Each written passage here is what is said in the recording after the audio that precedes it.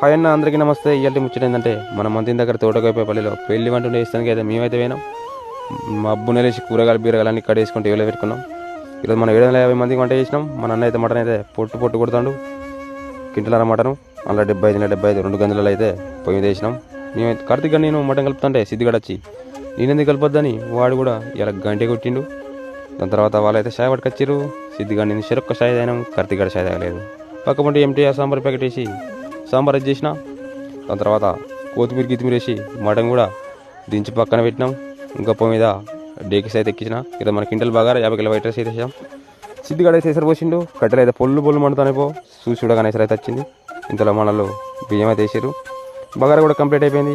ఇంకా పొయ్యి మీద వైట్ రైస్కి అయితే ఎసరు అయితే పెట్టించినాం. అన్ని వంటలన్నీ దించి పక్కన పెట్టి బగారా వైటు కింది మీద కొట్టి మేమైతే బండి తీసుకొని రయ్యమంటూ ఇంటికి వచ్చేసాం.